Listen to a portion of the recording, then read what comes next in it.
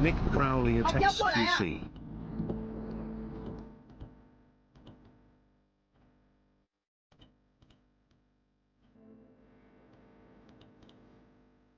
YouTube is an unusual place.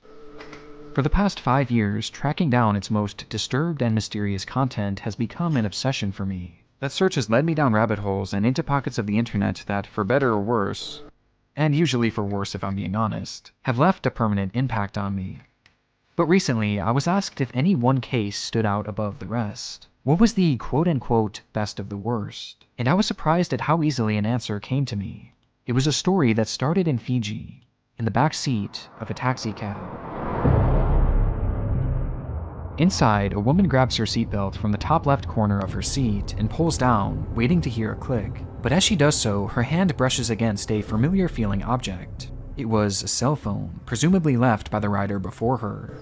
For the student, times were tough, and she was just barely making ends meet, so she quietly made the decision to slide the phone into her pocket before the cab driver could notice. Shortly after, she was dropped off at home, where with a mix of nervousness and excitement, she slid the device's lock screen.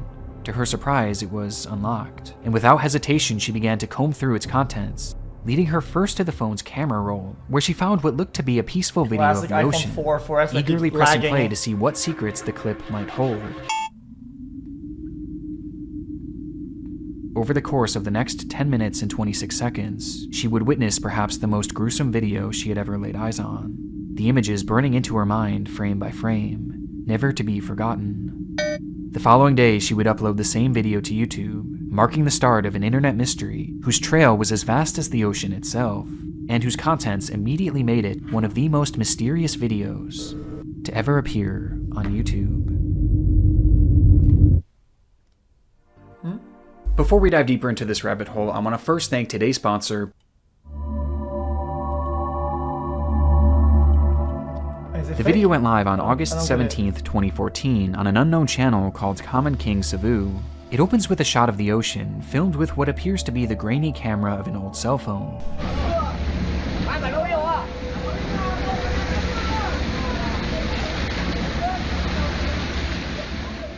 We see ships floating and hear the voices of men yelling in various languages, later to be decoded as Mandarin, Vietnamese, and potentially even Taiwanese.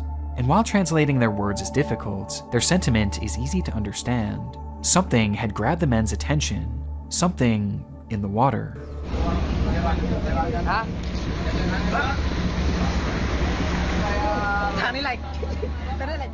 The camera pans around as if it's looking for that something, while showing the vast, deep blue waters surrounding their ship. Godzilla? They were in the middle of nowhere, clearly miles and miles away from any sign of humanity. Suddenly, the commotion intensifies as the cameraman makes a dash for the opposite side of the ship, as finally he sees it.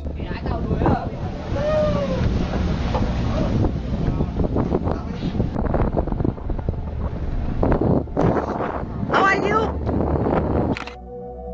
It was a man, warily treading water. The cameraman yells to him in English, "How are you?" To which the swimmer raises his hands, signifying his desperate need for help. It started to become clear that this video was going to be of some sort of rescue attempt. Somehow that man had ended up in the water and clearly needed to be saved, and this far out at sea, it seemed to be a miracle that these ships had reached him in time. But within this clip, nothing is what it seems, as rather than a life preserver being tossed to the man or maybe even a rope getting thrown his way, a gunshot rings out, a shot aimed directly at the man in the water. The shot misses just inches above his head, only to be followed by another shot and another, until finally the fourth try connects, the bullet piercing the man's head and turning the sea around him an unnatural shade of red. He was dead in an instant, though the recording kept going, and so did the gunshots.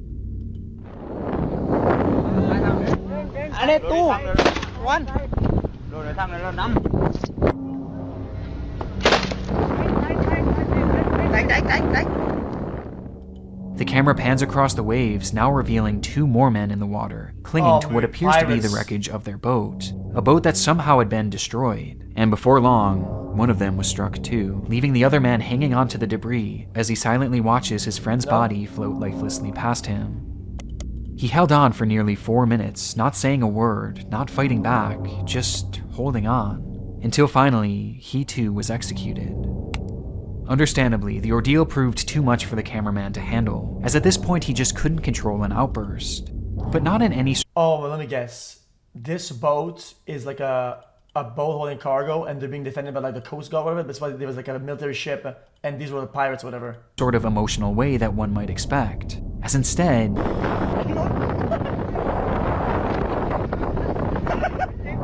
he couldn't hold back his laughter.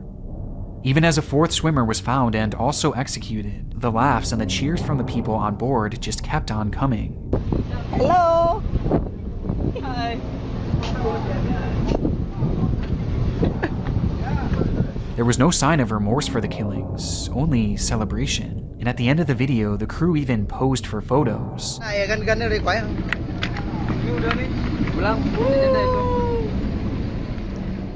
Some of them joining arms together while others took selfies, with those listless bodies floating in the background. Over the course of the clip, 63 shots had been fired at 4 men in the ocean, none of whom survived the encounter. The video would be kept on YouTube for only 3 days under the title "Fishing Vessel Fijian Crew Getting Shot Outside Fiji Waters," providing the first and really the only bit of context for the clip, as when people began to dig deeper to find out what exactly they had just watched, they found something unusual. They found... nothing. There was no other information about the event. There was no news articles. There were no police reports. There was quite literally... nothing. This video was seemingly the first ever mention of this incident on the internet. Now this might make sense if it had happened in the days surrounding the upload, but when digging into the video's metadata, it was revealed that not only was this not true, but that the video had actually been filmed a whole 2 years prior, in 2012. Meaning that for 2 full years, whatever this event was, went unseen and unreported. Maybe some Given its alleged Fijian ties, their government would be the first to investigate in a process that only took about a day, as they immediately determined that the fishermen seen in this footage were not actually Fijian, and nor were the shooters. In fact, the waters didn't even match theirs either. And so, with the video having no ties to their country, they immediately dropped the case. For any others trying to find more information, things were bleak, as they had no idea where the incident took place, who the victims were, who the shooters were, the identity of the ships, or even the motivation behind the killings. They tried to find out who these victims were by searching every single accessible missing persons database from all across the world. They then tried to find cases of missing ships or reports of shootings at sea, only to reach the same results. Despite seeing it with our own eyes, it was as if these killings never even happened. With intrigue building around the clip, a few larger news agencies would pick up the story, most of them admitting that they too couldn't find any noteworthy information on anything involving the case. And with the facts nearly impossible to... I don't think it's fair. I think it's just a case of like maybe like uncharted waters, fucking international waters, like and like undocumented or poor document keeping countries or places, and it's just like... come by, they instead focused on the more human questions surrounding the ordeal. Why? What had motivated the men on this ship to open fire on these helpless people? And given the media climate at the time, a reason was quickly brought forward. These are the pirates of Somalia, holding the world's shipping industry to ransom. U.S. officials say they are working with other countries to deal with the lawlessness they say is the root cause of the piracy. We have to ensure that those who commit acts of piracy are held accountable. The high seas are often a lawless place, and of all the criminal groups that can be found at sea, by far the most notorious at this time were Somali pirates, with it quickly being assumed that the men seen in the water were just that. Pirates that had planned to overthrow the ship, yet were somehow stopped, leading to their slow-motion execution.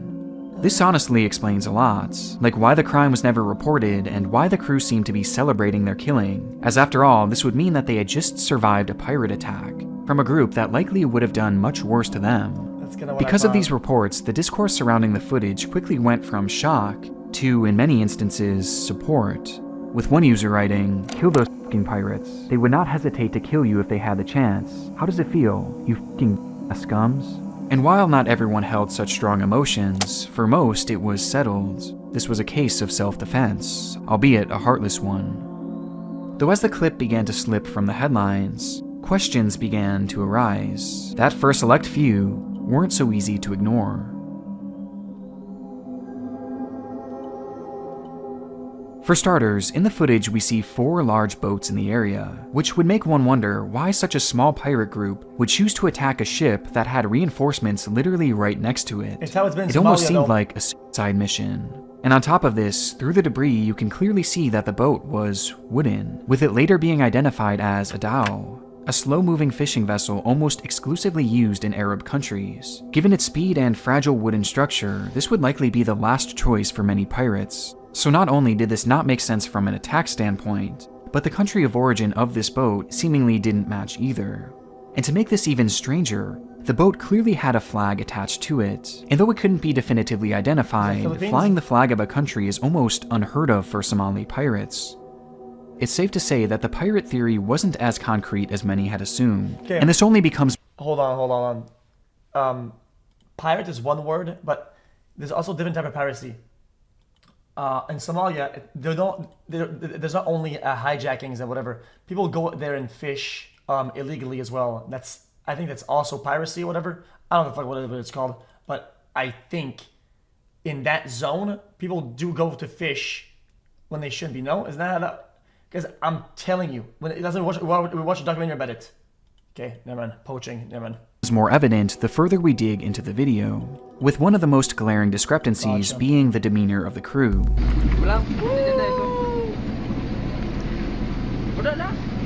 It's obvious that they weren't fearing for their lives at all during this attack. In fact, their words show just how much they were enjoying it, with some people even shouting for the camera to get a better angle and encouraging the gunmen to keep shooting.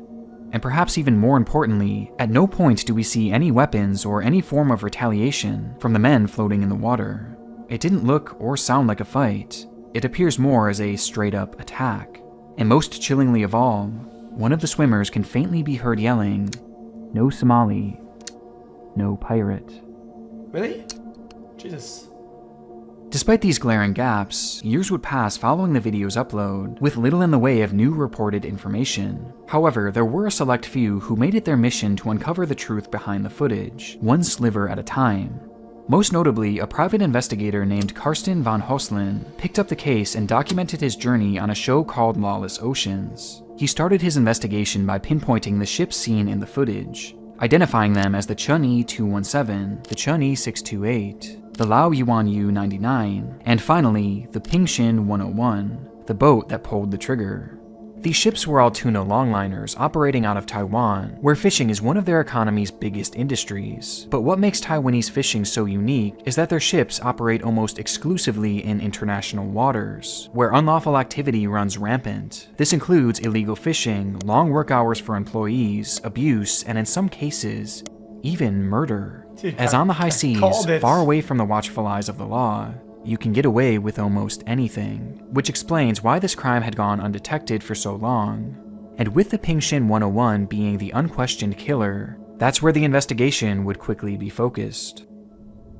I'm not saying it's a correct thing. The history of this boat reveals a few interesting notes. That's what happened. For starters, it was issued an international yellow card for aggressive behavior years before, though nothing is really known about the incident that led to this decision. But what we do know is that in 2010, the ship had made an insurance claim, citing that it collided with a smaller vessel, causing some minor damages. And though the captain claimed that this was an accident, the footage said otherwise.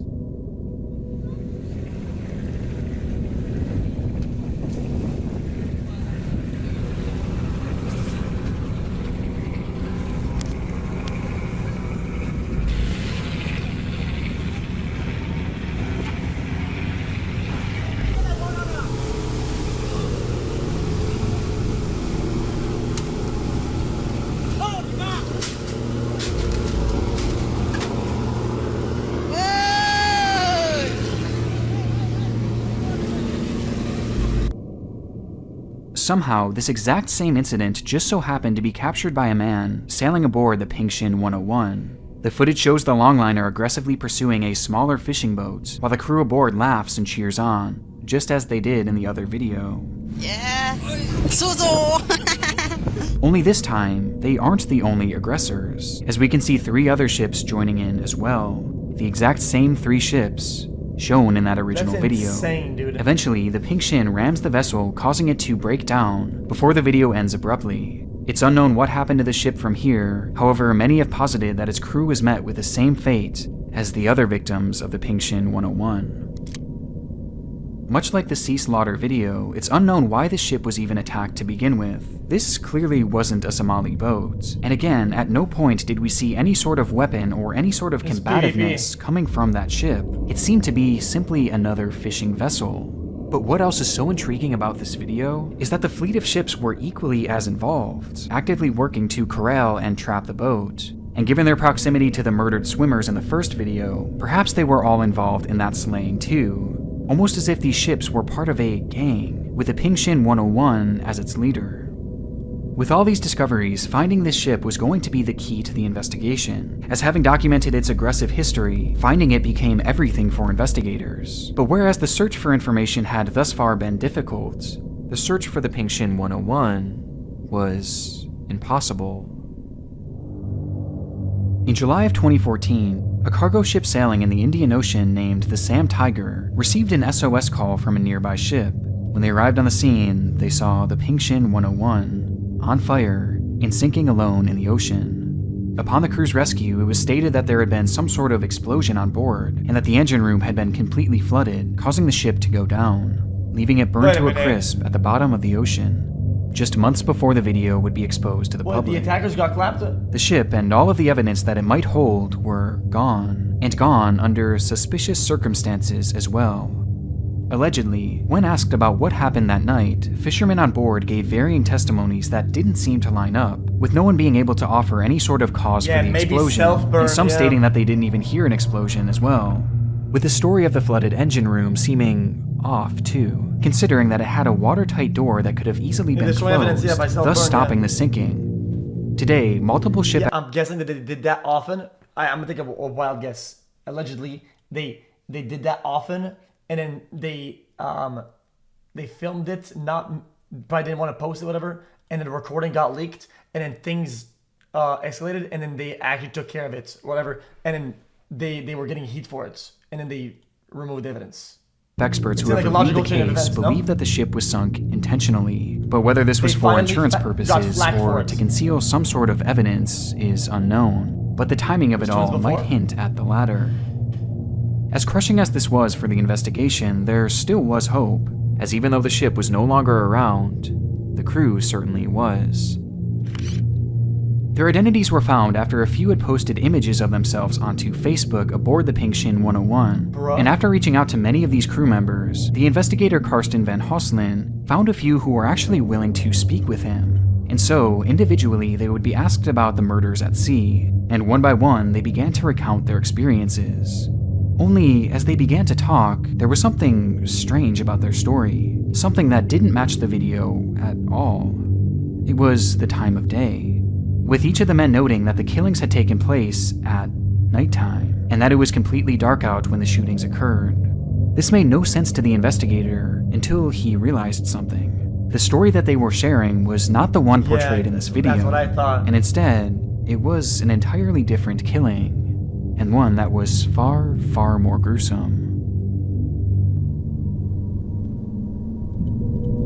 So I thought this probably happened a lot of times. They probably did that like a bunch, and so the one time that they got flack for it.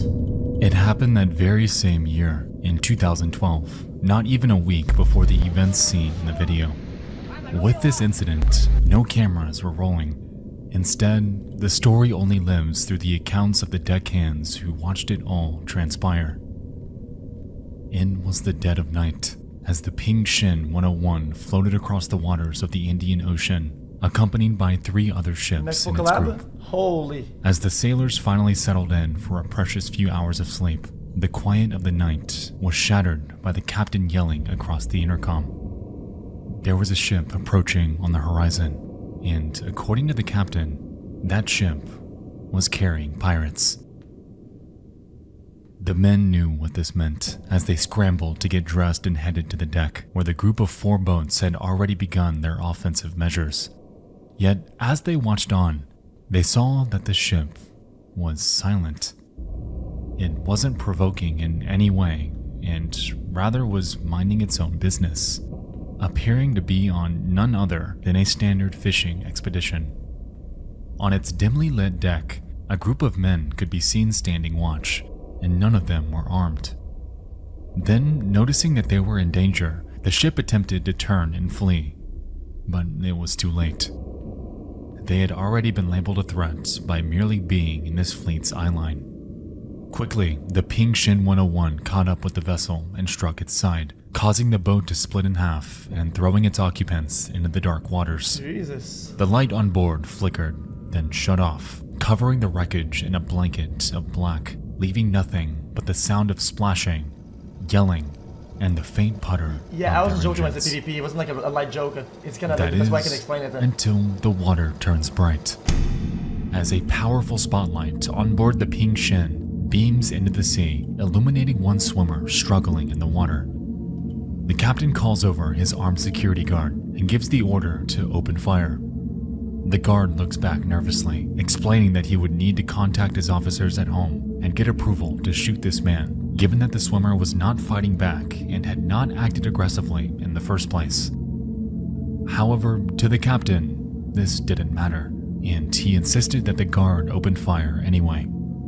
And so, with shaky hands, he raised his weapon and pointed it towards the helpless man, only to pause when he heard a faint cry. It was the supposed pirate in his sights, speaking a language that the Arab security guard knew, and just like the incident that started it all, the swimmer yells, "No, Somali." In that moment, the realization set in that they had just attacked an innocent fishing vessel, causing the guard to immediately lower his weapon, only for it to be ripped from his hands by the captain. His mind was already made up, and so he took aim and fired the gun himself, Wait, the captain? opening up the door Oh, to GG. carnage. That night, the Pingshin 101 and its surrounding boats would use their spotlights to scan the water for the rest of the ship's occupants, and every time they found one, they would be shot on sight. Scan, shoot, scan, shoot. Over and over again. This went on all night. And by the morning, the crew had witnessed the drawn-out execution of approximately 22 men. What the fuck?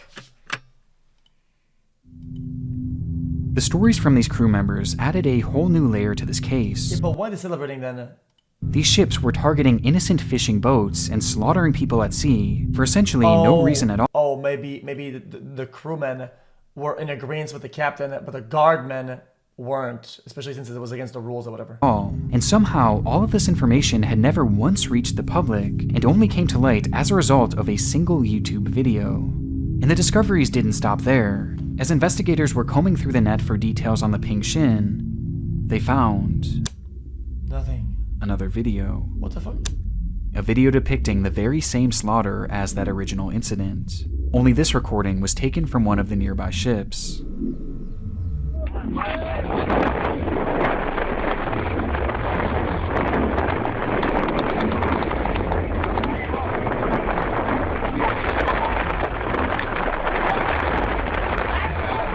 Film on the fucking latest potato, brother. Like, The clip what shows the exactly fuck? what was missing from that initial footage. The build up to the men ending up in the water, as we can see the dhow still intact and being chased down by the fleet. No weapons are ever used by the victims even as their ship begins to break down, which in turn forces them to jump into the water, where the executions begin. But that's not the only thing this footage shows, as this angle gives us a better idea of the scope of these murders. It wasn't just 4 men that went into the water. No, in the footage you can see many, many more, their heads bobbing up and down as they await the end of their lives. And though it's hard to tell for sure, it appears that the number of victims was at least triple what we initially believed, with 12 people ending up in the water. A number corroborated by the crew themselves during questioning, who stated that all the shootings were done by either their captain, the armed guards, or even the other ships. In only a week's time, this fleet had killed upwards of 35 innocent people with their merciless attacks. And given the ship's history of violence and its seemingly crazed captain, there's no telling how many others they had taken too. With so many players involved in this situation, it's hard to pin the blame on any one person for these killings. Everybody aboard all had a hand in it, but it makes the most sense to start at the top, with the leader of the fleet and the captain of the Pingshin 101. And given the accounts of the crew members, his identity would finally be revealed.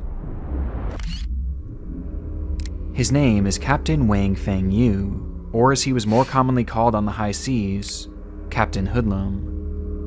According to his crew, this captain was an angry man, crazy even, who made his points by hitting and beating, choosing violence above anything else, which was perhaps done to make up for his inexperience as a captain, given that he was only 35 years old, which was considered very young for that role.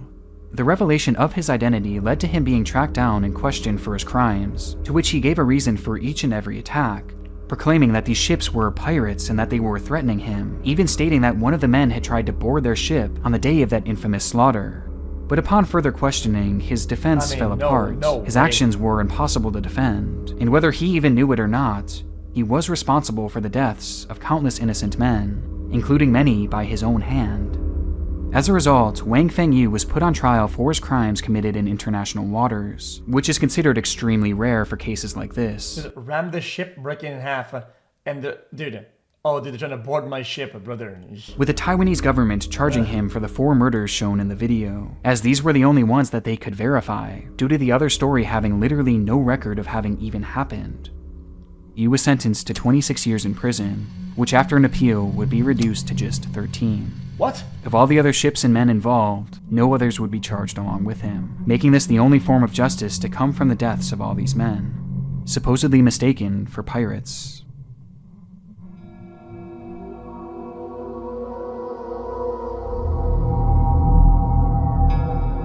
But as the case now winds down to a close, and we near the end of this rabbit hole, we're still left to wonder about those victims. If not pirates, then who were they? Well, this was actually something explored on the Lawless Ocean show, with the investigation taking them all the way to a little-known port in Iran called Kanarak. There, Van Hosen managed to track down records of 2 ships that had been lost to sea in 2012, that had just so happened to match the description of the ones that the Pingshin and their group had attacked. But despite their disappearances, they were never mentioned to law enforcement, and they were never mentioned across any sort of media outlets, even the local ones. Which actually makes sense, as when you start to dig into the background of these boats, it becomes clear that they weren't just fishing, and rather they were more than likely carrying drugs. As it turns out, it was commonplace for vessels like this in that area to carry with them supplies of heroin that they would then transport across the ocean. And what makes this so crazy— Yeah, but even then, these aren't the police. They can't police the waters like that. —is that when you watch the first video back, you can see little packages floating in the water that appear almost exactly like large bags of heroin. You're not a vigilante. As a result, these ships were likely trying to be extra covert and not draw any sort of attention, as getting in an altercation could easily end up with their dark secret being exposed, meaning that there was likely no way that they were threatening the Pingshin or any of the vessels seen in this group. It just wouldn't make any sense. However, within this context, it's hard to describe these people as being completely innocent. But did this really warrant such a brutal execution? And it's important to note too that the murderous fleet almost certainly didn't expect them to be drug carriers. And given that the Pingshin and its fleet had no ties to the drug world, it's apparent that these drugs had nothing to do with the killings. It was just a strange coincidence, leaving us still without a true motive. Following this lead, Van Hosen visited a nearby village where many of the fallen crew members' families were living, and there they discovered innumerable people missing their fathers, husbands, children, all of whom had gone to sea never to return, while in truth, these families had no idea just how savagely their loved ones had been killed. Though this discovery makes the case a bit more morally murky, it at least provides an answer to one of the most glaring questions of who these victims were. As though they were never named specifically, it's clear now at least where they came from.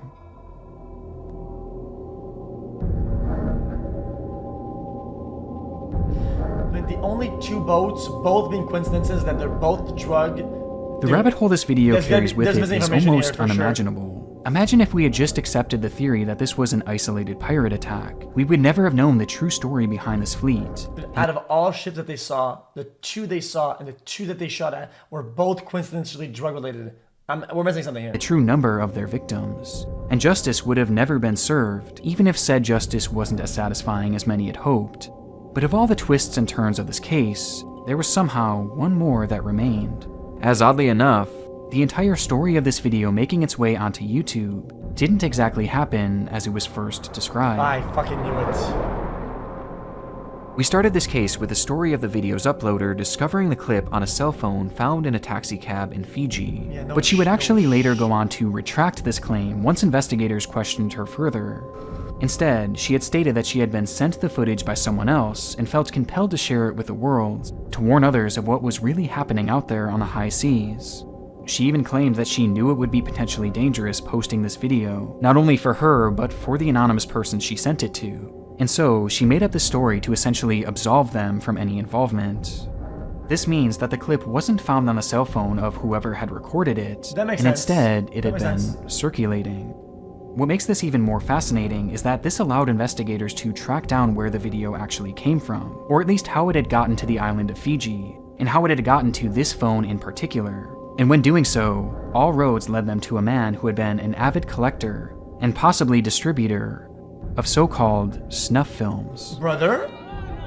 And within his devices, these investigators found hundreds of other disturbing videos of brutal killings, making it almost certain that this video was originally sold as a snuff film, and even bringing up the question of whether or not these killings had been done for that sole purpose.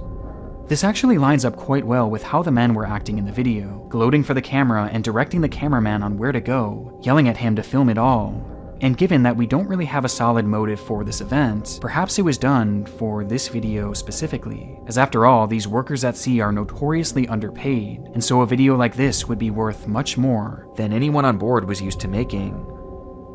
This is, however, impossible to prove, and though it may have played a role in what was happening that day, it seems more conclusive to say that this was a case of a crazed captain who likely just had a crippling fear of pirates, with this paranoia leading to him being overprotective of his ship and the fleet around him. With this behavior leading to the incidents that, had it not been for a single YouTube video, would have basically never happened, existing instead only as Fisherman's Tale. And I have to wonder if this could be the case for even more incidents out there at sea, not only for the Pingshin 101 and its fleet, but across the entire high seas. How many more killings have gone unnoticed? Killings that we'll likely never know about, until the next gruesome video finds its way to our screens. I want to give a massive thank you to a few people. Firstly, Nexpo for jumping on this video. You guys definitely already know this, but he has an amazing channel, and if you don't, definitely go check it out. And him and I actually have a ghost hunting channel that we do on the side where we go on all sorts of crazy adventures. So if you guys want to check it out, definitely give it a watch. And also, I want to send a shout out to those who did incredible work researching this case, especially Karsten von Hoslen, whose show I highly recommend and will link below, as well as the Outlaw Ocean Project, TM Tracking, and Sarah Torrey, who did an amazing write-up with lots and lots more information, which I've also linked below.